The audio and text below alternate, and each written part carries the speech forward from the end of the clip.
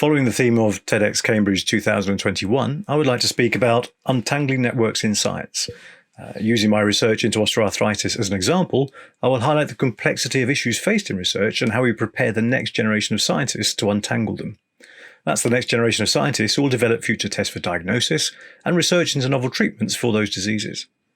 Alexia will give her experience of a studentship in my laboratory before COVID and the fun of dissecting cow feet. But before we talk about why we need to prepare future scientists, I want to talk about the general challenges of research that need untangling. Since 1998, I have focused my research on osteoarthritis, which is a degenerative condition of joints, typically the knee and the hip. In healthy joints, there's a tough, slippery, smooth surface, which is called articular cartilage, which lines the ends of bones, allowing them to easily glide over each other, facilitating almost frictionless movements of your joint. When that cartilage becomes worn or damaged, it can start to degrade. That leads to pain, swelling, and restricted joint movement, arthritis. Osteoarthritis being the most common form, and everyone here will know someone with this disease. 1 in 5 adults over the age of 45 will have osteoarthritis in the knee, and 1 in 9 suffer with hip osteoarthritis. Each year, nearly 9 million people have sought treatment for osteoarthritis. That's the equivalent to the population of London. Now, one of the major risk factors for this disease is age. You are more likely to suffer from osteoarthritis the older you are.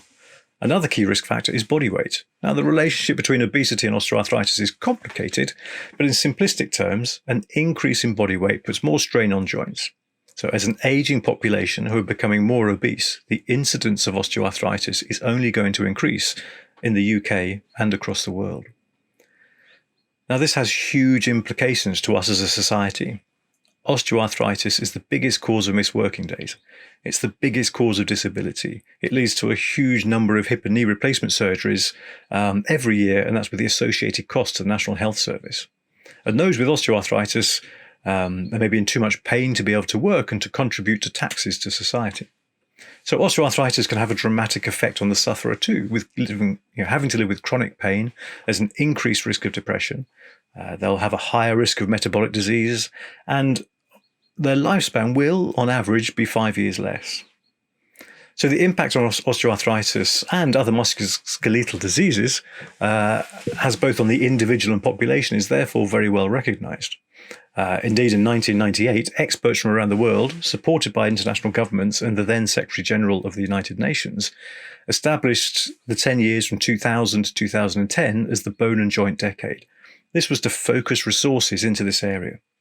Now, before the year 2000, if you searched for research articles using the term osteoarthritis, there was about 40,000 publications, and the first in 1883. So that's 40,000 journal papers in 116 years. During the bone and joint decade, there was a further 20,000 articles published. So this clearly had the effect of generating research into osteoarthritis, and since 2010, over 50,000 more articles in scientific journals were published. So we have seen a dramatic rise in research, and this goes along with amazing new technologies to support research scientists. But despite all of this, there's still no cure. Now, I'd suggest this isn't because a cure isn't achievable. We are making progress. For example, a group based in the US recently discovered similarities between human ankle joints and those of axolotls. Now, these are animals which have the potential to completely regenerate their limbs, including their joints and their cartilage. So this novel understanding could lead the way to a cure. It's just an example of a potential step towards our goal. We don't know if this avenue of research will lead to a cure. Maybe one of the other many research areas will be successful, and there lies a problem. Now, it's wonderful that so many brilliant minds are focused on the problem of osteoarthritis.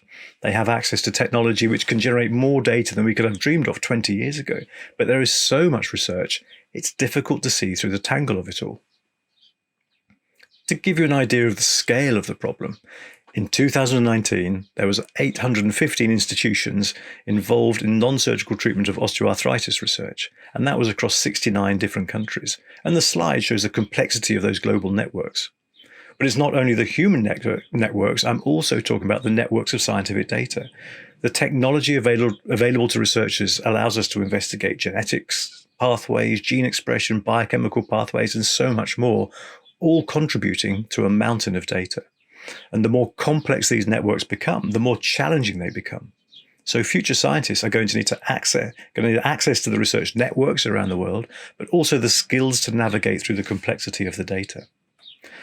An alumnus of the University of Cambridge once said, "If I have seen further, it is by standing on the shoulders of giants." And Sir Isaac Newton was referring to how advances in science build upon the work of our predecessors, and the same holds true today.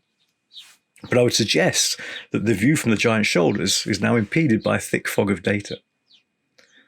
So we are still reliant on the future generations of scientists to progress our understanding of disease. But with the challenges of tangled networks, how do we encourage the next generation of research scientists to rise to that particular challenge? How do we give them the skills and opportunities to find the cure amongst the complexity of these networks? Now, when considering the content of this talk, I reflected on my journey and how I arrived as a research scientist. After completing my A-levels, I studied life science degree at the University of Portsmouth, and between my second and third year, I saw an advert that was posted onto the course notice board. It offered a summer studentship at the University of Aberdeen in North Scotland. Now, my thought process was along the lines of, well, my mother was born in Scotland, therefore I'm half Scottish. I'd never been to Aberdeen before, like to visit. Now, you might think this wasn't the best motivation for me choosing a studentship, and I would agree. And I was very surprised when the person who offered the studentship, Dr. Kenneth Page, picked me. He gave me that opportunity, and it changed my life. Spending 8 weeks in a research laboratory really opened my eyes to scientific research. Now, I'd always enjoyed lab classes, but this was different. It was challenging. It was tough. It was all of those things that make science hard, and I loved it. On a personal level, Dr. Page, he'd showed that faith in me as an undergraduate student he had never met. So being that young undergraduate, knowing someone had the confidence in me, taking their time to mentor me, helped to give me that belief to consider research as a possible future career route. Now, from Aberdeen as a place to spend a summer, the experience changed my aspirations. Wanting to base myself in academic research, following that studentship, Dr. Ken Page offered me a PhD, and I really haven't looked back. And I am now in that position where I can provide students those opportunities that people gave me. And this is where I hand over to Alexia to give her view on the experience. In the first days of my biomedical science undergraduate degree, and probably a little longer than I would care to admit, I remember romanticizing myself in a lab coat, stepping up to receive some sort of successful scientist award, whatever that may be. And why wouldn't I? Our degree was highly immersive in terms of learning the ins and outs of human biology and their application to contemporary research. We were trained for 3 years with the goal to start working in labs and become leading experts in our field.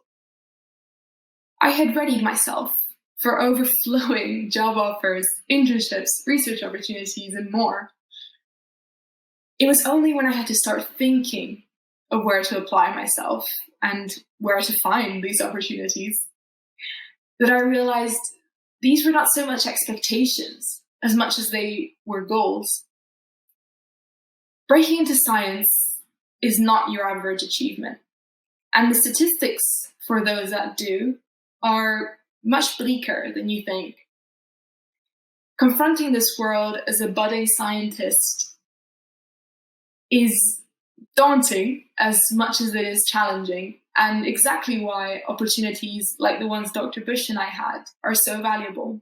I remember learning about funding research and all the formalities that go with research grants really dampened the successful scientist in a lab coat fantasy for me.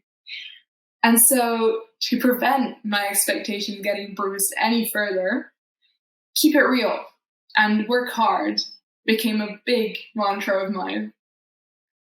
Of course, this completely went out the window when I discovered that out of all people, Dr. Bush had awarded me a highly sought-after research scholarship following his groundbreaking work.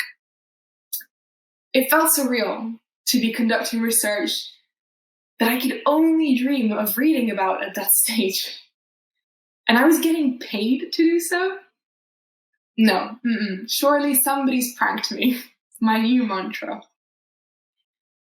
The cutting-edge techniques Dr. Bush taught me, and the experiments I could design following them, were enough to make me fall in love with the lab and never think of leaving one again. I even became strangely in love with dissecting cow feet to extract cartilage cells. That's as much detail I can get into before it gets gory. So what actually came from this experience? Did I become some sort of a wunderkind, Nobel-winning scientist? Shockingly, no. Did we publish our findings? No. Did we finish our experiments? Also no. Ordinarily, I think these would be common things one might consider to measure the success of an experience like this. And certainly, all of these things are tremendously valuable to prepare oneself for the research world. As it turns out, though, the success of this opportunity, and any that I gained after that really, were determined far less by things like these. I came to realize that what the studentship gave me was an environment where I could question, create, and even fail confidently, knowing that the only consequence of that was learning. For a first immersion into professional work, I think we could probably all agree this was a very rare opportunity.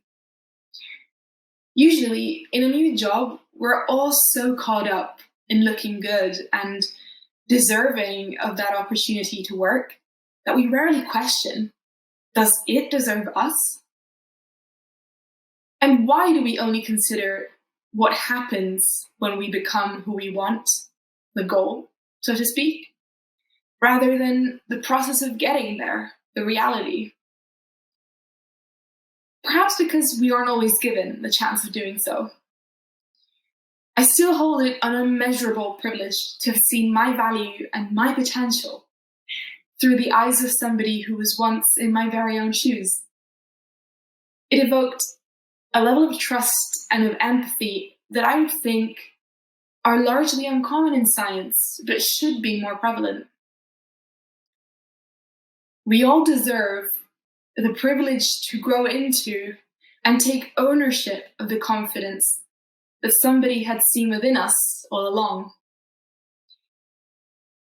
Taking ownership over my interests and optimizing my existing knowledge is what I learned from my first experience in research. When deciding whether to pursue research, I think what deters a lot of people is the possibility of dedicating your life to the unanswerable. It is definitely true that we may not be able to answer the unanswerable, but we may be able to change the question if we start from changing ourselves. This, for me, meant temporarily leaving research and joining the very exciting field of artificial intelligence and data science. We live in an age of unprecedented amounts of information and technologies that can help decode it.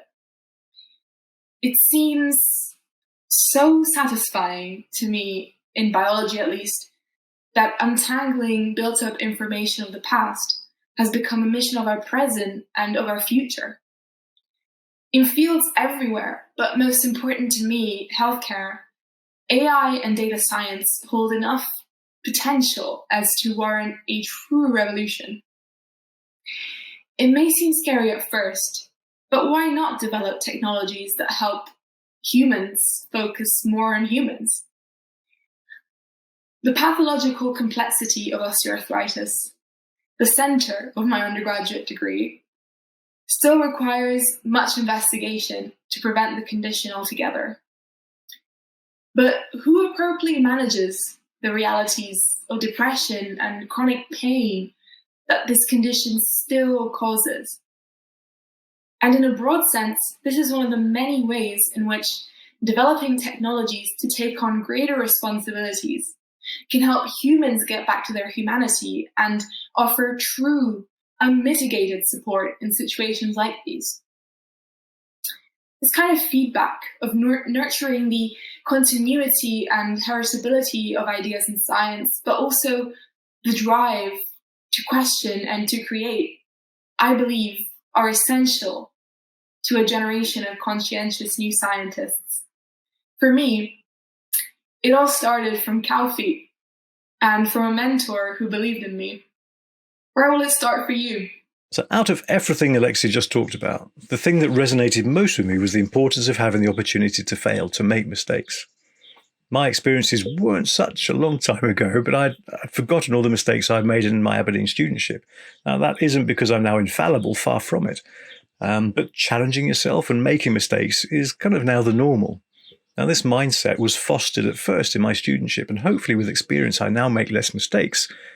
But what is really important is I'm not afraid to make them and take those sort of gambles sometimes. Now, in Alexia, I can see that enthusiasm for research. No, it was there before the summer studentship, but hopefully the opportunity nurtured it, allowed it to grow and to flourish. It changed her aspiration, and she's now preparing herself for a possible future research career, and her postgraduate studies now into artificial intelligence. She is far better equipped to untangle networks than I am. So by providing studentships, we can never guarantee that that student will become the next research scientist, but they will, however, benefit from the experience wherever they end up. But if we cannot be sure that each student will add to a conveyor belt of talents carrying them directly into a PhD, is it worth it? Well, I would answer yes. In fact, we need more studentships so we can guarantee that more of them will go on to those medical research careers. So how do we get more studentships? Well, those people, the ones who fund research scholarships, we need them to fund more. Those universities who host them, we need to give them the opportunities and the time to host more. And this will give more opportunities for our young scientists to experience the rewards of scientific pursuits. Now, when considered in the context of the cost of medical research in general, they are incredibly good value, about £1,000 to £3,000 for a summer studentship. Now, this might sound a lot, but when compared to a £500,000 3-year research project, it really isn't. So we also need universities to be able to free up their academics' time. My colleagues have little time to take just some annual leave most years. And so rather than thinking about maximizing staff workload in taught courses, universities should also consider the time for staff to supervise these studentships. That's the real opportunity to encourage the next generation. I mean, after all, isn't this what universities are meant to be about? Now, I'm looking forward to being successful in securing future research studentships to give other students the opportunities I was given. These are the scientists who are going to develop the cures for those ailments that I, my family, the wider community, that's you, that may be afflicted by. And you never know. It might be an injection Alexia has played a role in developing to cure the arthritis in all of our knees. Thank you for listening.